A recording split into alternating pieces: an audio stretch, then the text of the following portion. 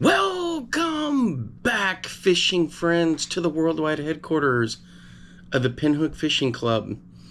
Alright, so we're going to be doing some jig tying. I'm going to be telling some stories.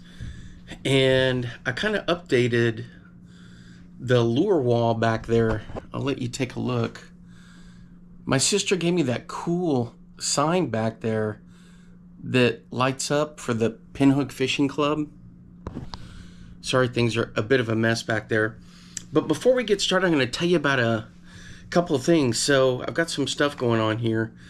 I've been working on a Jimmy's Inker special. I talked to him to get some details about how to get these musky jitterbugs ready to go for big bass. So I've been kind of working on that. And I'll repaint it. That way, I like the top part, but I'm going to definitely redo the bottom. Black is the key when you're going for those big bass. Speaking of which, guys, I'm making modifications. I just finished up modifying some of these banged up, beat up hula poppers. So I cleaned them up, and then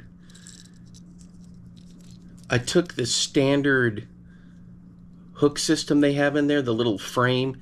I took the first one off, left this one, but then I put a Fusion 19 on there, a hook, and I tested them to make sure that it didn't affect how it would sit in the water, because I'm only going with one hook right at the back, and it sits perfect in the water. The sound is phenomenal. So I really like these, how I did these modifications. So there you can see that right there. And that looks good. I think that's a size 6, if I'm not mistaken, hook. So I've done a couple of them where it comes out to where you got to try to hide.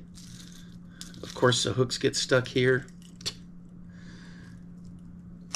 Sometimes where I try to hide, where I've taken off the original framing system, is I snap a toothpick off in there, put a little bit of super glue, then I paint over it. But the fish aren't going to care about that. You know what I mean? So it's usually up to specific if it's going to bug you, and it doesn't bother me. So I could have put just a white skirt on here, but I put this one, trimmed it up just a little bit, same thing, single hook. So I've been refurbishing these. I probably just will start selling a few of them. They did the same thing with the jitterbugs. So I took off the back frame here, and I drilled a hole in the tail and then put the hook back there. So now this one's got the original hooks. They were good, and I said, you know what? I'm just going to keep them. A lot of times I'll try to keep the original hooks of a bait when I get them, just to fish it as it was intended. And then later on I'll always switch it out and put different hooks in there. This guy was just like completely beat up. Had a crack in here. I sealed that, painted over it. Same thing. Moved the hook to the back end. Cleaned it up a little bit. And it should be good to go. So those are some lure mods I've been working on. And it's been going pretty well getting those adjusted. So what are we going to do today? I've got a little Great Lakes Finesse underspin. And I'm going to put some hair on here. I'm going to put some foxtail on there. But something I'm going to do different this year with this, as we head into wintertime, I'll still be out there fishing, but I think I'm going to do a new series called Jig Tying Storytelling. So when I'm tying jigs, I'm going to tell some stories, probably about school and teaching. I have everybody is constantly telling me I need to tell stories about these crazy things that I've been through or have seen throughout my teaching career. Oh, and there's been a lot of them. So I thought, you know what? I make a lot of the fishing videos so I can look back on them when I'm old. That's the main thing for me doing them. But I also want to, it's a great way for me to remember some of the stories. So I'm going to be doing that as well. So I'll tell a couple of stories.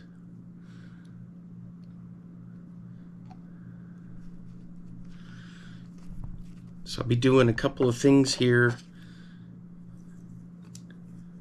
as we tie the jigs. All right. That's going to work perfect. I forgot I got the ceiling fan on, and that sometimes affects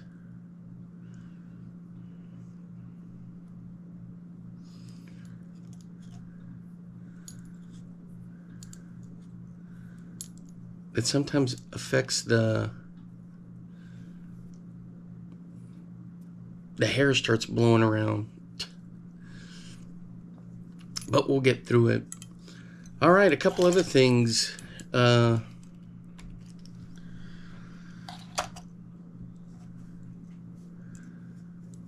me get this guy on here first. Man, I've been having fun fishing. I just caught a massive 9-pounder yesterday, and then a 7-pounder to go with it. Video and social media, I think, is out. Caught one on the Bomber Flat A, and the other one on that Berkeley Flux Gill with my little modified MEP setup.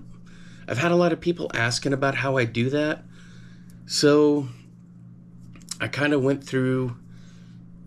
Of course, I reply to their messages and whatnot through like Instagram, but I've also talked about it in there, and I kind of show a little bit in the videos.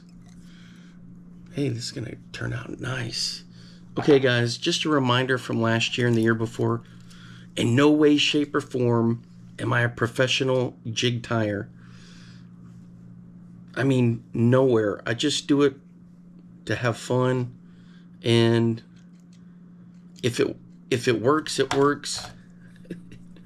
If it doesn't, it doesn't. But usually, I've been doing a good job, and I fish with them, and I haven't had any trouble. They've been working out really well. I always like to put a little tinsel in there.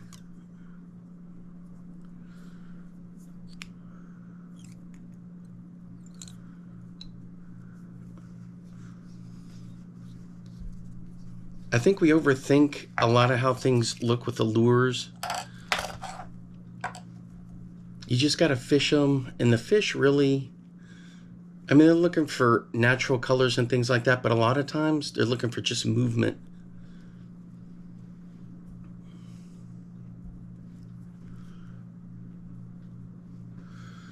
Fat fingers. There we go.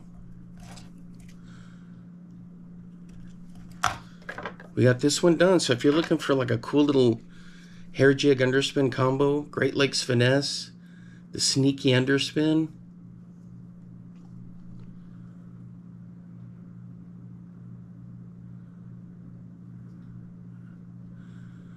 Oops, what happened to the wrap? Did it come up undone a little? There we go. All right, we're good to go.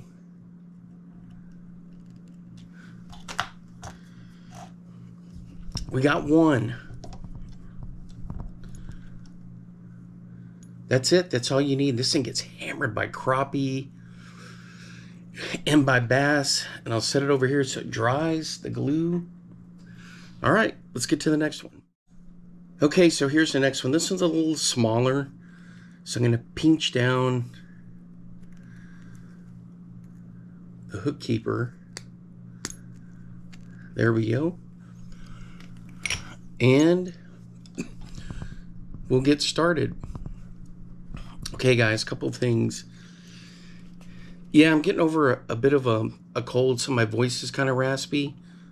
But also, I have to do this crumb bum nebulizer because my lungs are so bad. That's how come you'll hear me huff and puff sometimes. And that nebulizer solution, no matter how much of a deep breath and I gargle afterwards, it still affects my voice. So I get that raspiness, and it shows up even when I'm teaching school, and it drives me crazy. Okay, speaking of school, so this new series is going to be jig tying and storytelling. And as I was mentioning before, everybody always wants to know for me to tell them a good story from school or just things I've been around.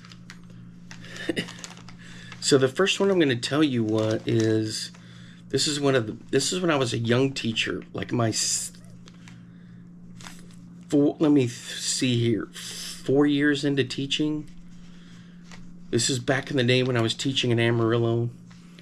Now with this series, I'll use names that are common names that could or could not be of the people involved. I'm kidding. I'm not going to use their real names. If anything, it wouldn't matter because I'm just using first names. But, yeah, I'm good about that. Honestly, they probably wouldn't care anyway because some of the ones are in their 30s now and their late 20s, and they'd probably laugh about it.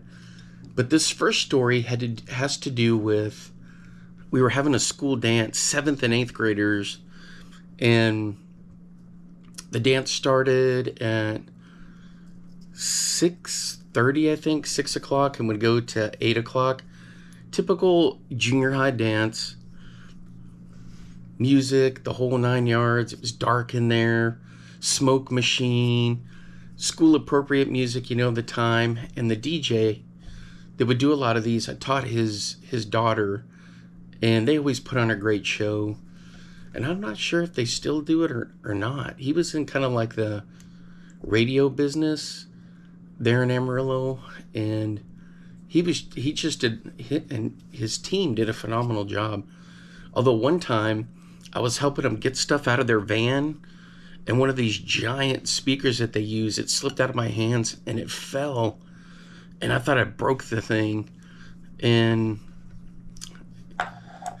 it was a crash and burn. We were trying to get it out, and it was heavy, and it had wheels on it, so I was pulling it out of the back of the van, and then I was going to set it down on the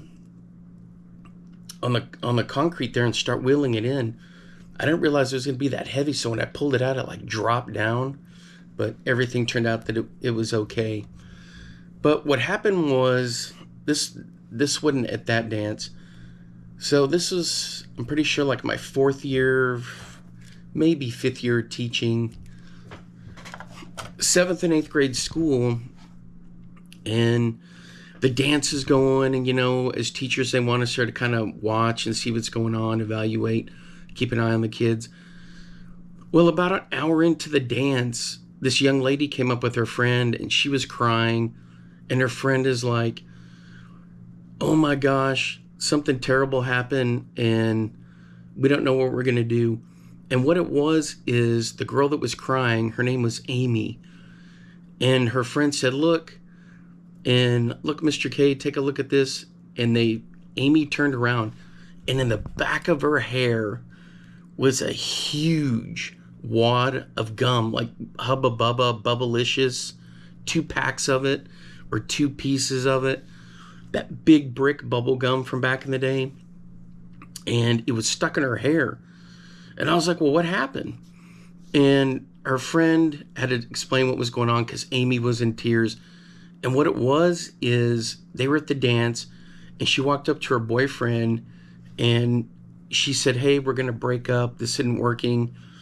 So I got to give her credit. She did it face to face, and she didn't have her friend go do it. So when she told the boy that they were breaking up, when she turned around to walk off, he spit his gum in her hair. And then she didn't feel it, and then he just kind of slinked away. And he left like about 10 minutes after that. He just left the party or the school dance. And when I talked to her and I found out what happened, I said, okay, I'll track him down. But first, we need to figure out what we're going to do here, because she didn't know how to get the gum out. And I said, well, this is what you need to do. Just get some scissors and cut the hair out. And her friend was like, Mr. K, you cannot tell that to a girl in junior high. That's the last thing you want to do, is cut a huge chunk of excuse me, cut a huge chunk of gum out of somebody's hair, and it's just not going to look right. And so I was like, oh, yeah, I'm sorry. That's my solution. So I said, well, let's go to the front where some of the moms and teachers are collecting money for the school dance and they're selling stuff, fundraiser stuff. So we go to the front and the ladies are there, and I explained to them what happened. And boy, you talk about cat claws and arch backs. The claws came out of those moms. They all went into full mom mode. Who is this boy? Where is he? I mean, they all wanted to just tear into him. And so I said, well, I'm going to go back in there and look for him, because the administrator's like, we got to find him. So I went back in there, and his buddy said that he left. And so he took off. But the thing is, with school, the kids don't realize you can never escape.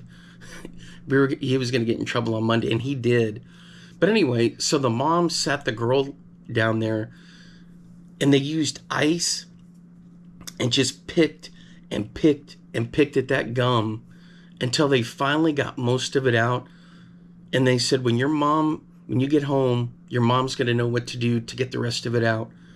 And that is probably the craziest thing I'd ever seen at one of our dances. And it was a breakup story. I mean, it had all the makings of drama, tears, sadness. The whole thing was just a fiasco. All right, we got this one done. I didn't put any tinsel in this one. We're going to leave it kind of supernatural like that. Don't worry, it'll catch them. Let me put him over here. So that was one of the great memories I have at teaching school and dealing with the school dance breakup chaos. All right, so this head right here is one of these Fusion 19s from Berkeley's. I really like the Fusion 19 line for treble hooks and for their jigs and for the slobber knocker. So what we're going to do with this one is we are going to do a combo color here. So I usually put in some of this Loon Outdoors glue on there before I do the wrap.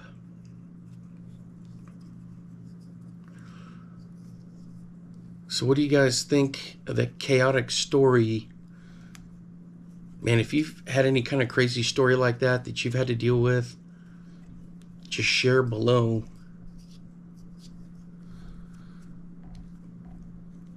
And the thing is, I mean, a lot of times when something that happens, you're trying to deal with a crisis, and you got to deal with it like instantly. If that makes sense. You gotta think quick on your feet. You gotta be able to assess the situation. The first step is always you have to listen to the details. Don't start, rushing to judgment, fidgeting, all that kind of stuff. You need to listen to them first. So that was the thing. And the deal was, it wasn't easy because you're dealing with all that racket in there. There's, tons of kids in there. You got music playing. And so you have a kid that's crying, or friends trying to, talk her or calm her down and explain what in the heck happened. And you know how kids are. The story was going 100 miles an hour when she was trying to explain it to me. So now in my old age, I'm used to having to deal with those crazy stories like that. Just cutting some of this craft for this next one. You got to be able to just assess the situation. And now, since I'm an old geezer, it's easy for me to kind of prepare for it and come up with my plan of how I'm going to deal with the situation. You just got to be patient, even keeled, and you got to listen. So, the other thing is, you need to ask questions that aren't going to cause more problems, but so that you can get the details. So, and the mistake I made was like, that's an easy solution. We'll just cut the gum out, which I should have known, and now for sure, that's a disaster, because What is the number one thing that kids are worried about in junior high? It's how they look, who thinks what. And so as being in my situation, I was like, that's easy fix. We'll just cut it out of there. And of course, that wasn't going to work. But once I got the facts down and I got past me saying the wrong thing, I had to think fast, and I said, I know, we'll go ask these moms. And of course, then I had a whole new situation, because you had a bunch of moms that were like all on furious, and they were wanting to, solve the situation and find out what we were going to do to catch the kid. But once we got past that, and a couple of the moms had, we had an ice machine there, but they were drinking those big Sonic drinks. What is going on here with this? And so when they were drinking those, what is going on here? Crazy. So when they were drinking the Sonic drinks, there was ice in there. And the girl, she didn't care that the ice had been in there where the moms had been drinking. I think they combined ice into one cup, because they'd been nursing on those all night. They were pretty much done, or for at least an hour into the dance. And I said, okay, this is what we're going to do. And so they just sat there and picked at it. Well, when I went back in to track the kid down, the administrator went in there with me, and we were looking around, and he was a 7th grader, not one of the kids I had. One of the other teachers had him, but I knew who he was. He was one of our athletes. So it was easy. I just went over there, and I knew who his buddies were, because some of them were my students. I said, hey, where's so-and-so? And they're like, oh, he left. What's the matter? And he didn't even tell his buddies that he had done that. And I said, nothing. I'm just need to talk to him. Now, the thing was this. Do we know 100% that he did it? Yes. Because her friend, she didn't see him do it, but when the girl turned around, her friend was waiting kind of off to the side a little bit.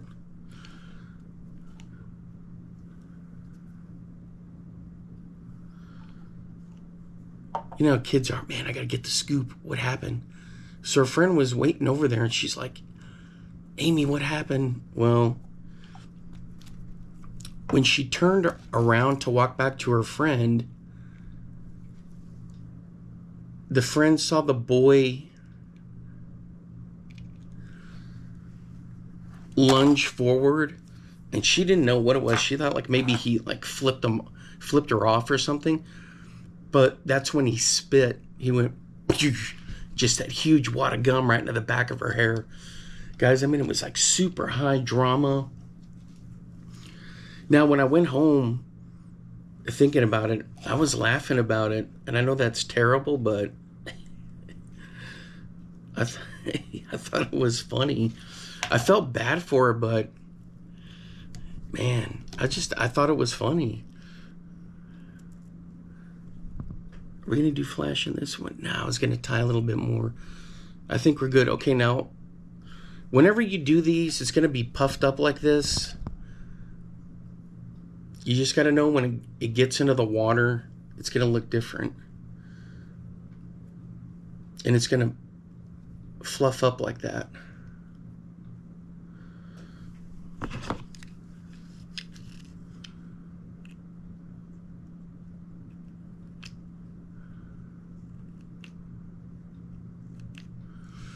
All right, we got 2.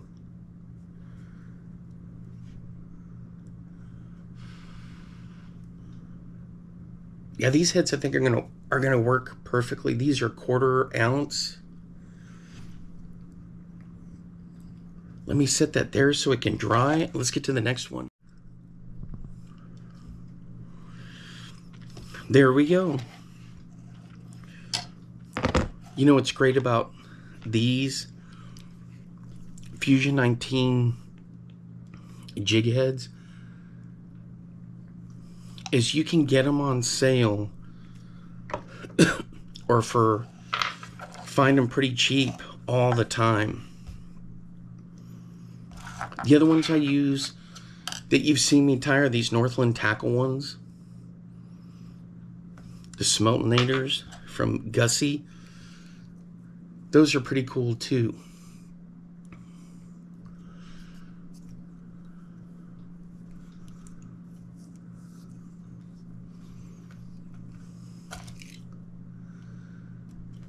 Well, so what happened with the rest of the story?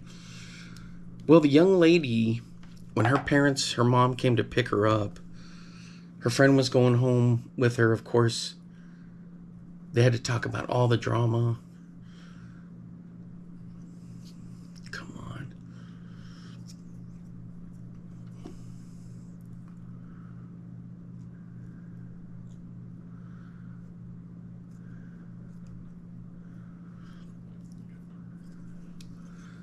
So the mom, once the kids got into the SUV, what did she do? She parked.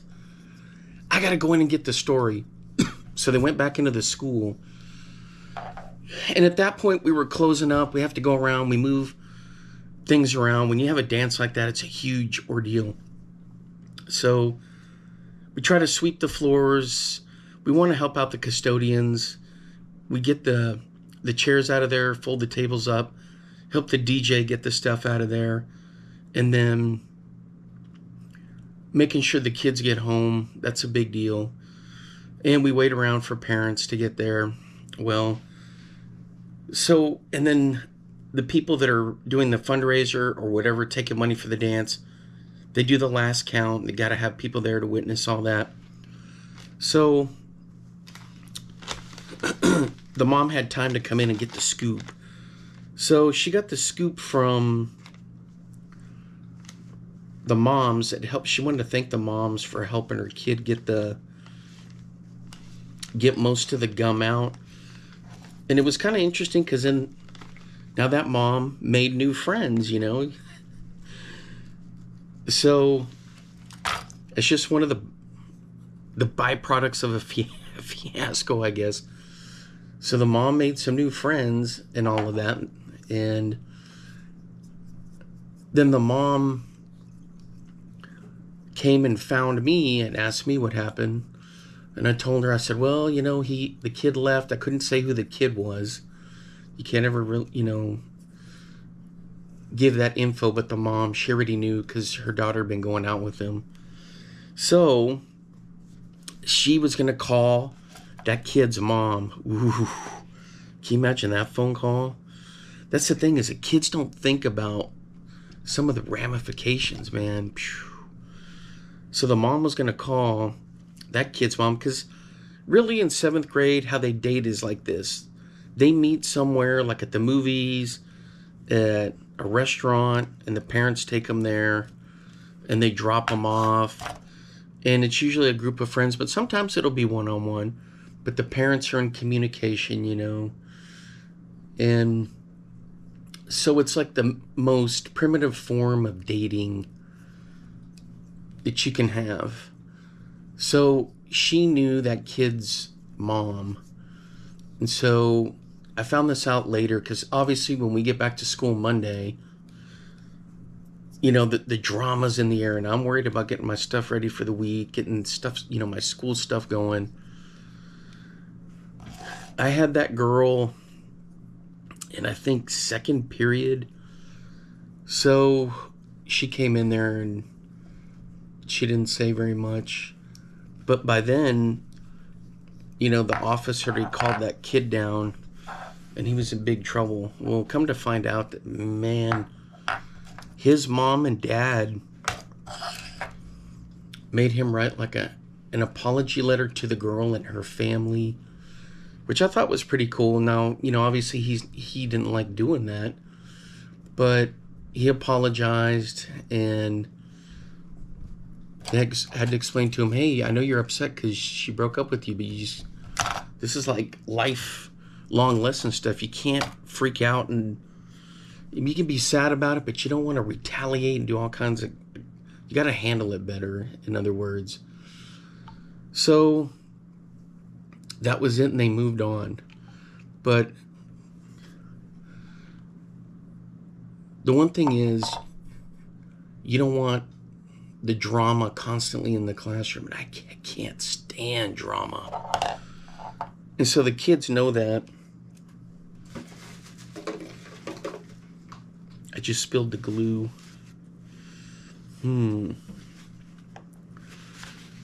So that's one of the deals at the start of the year when I go over with the students. I'm like, hey, we're not bringing any drama in here. I'm not putting up with any of that junk. That's just, they're drama magnets. So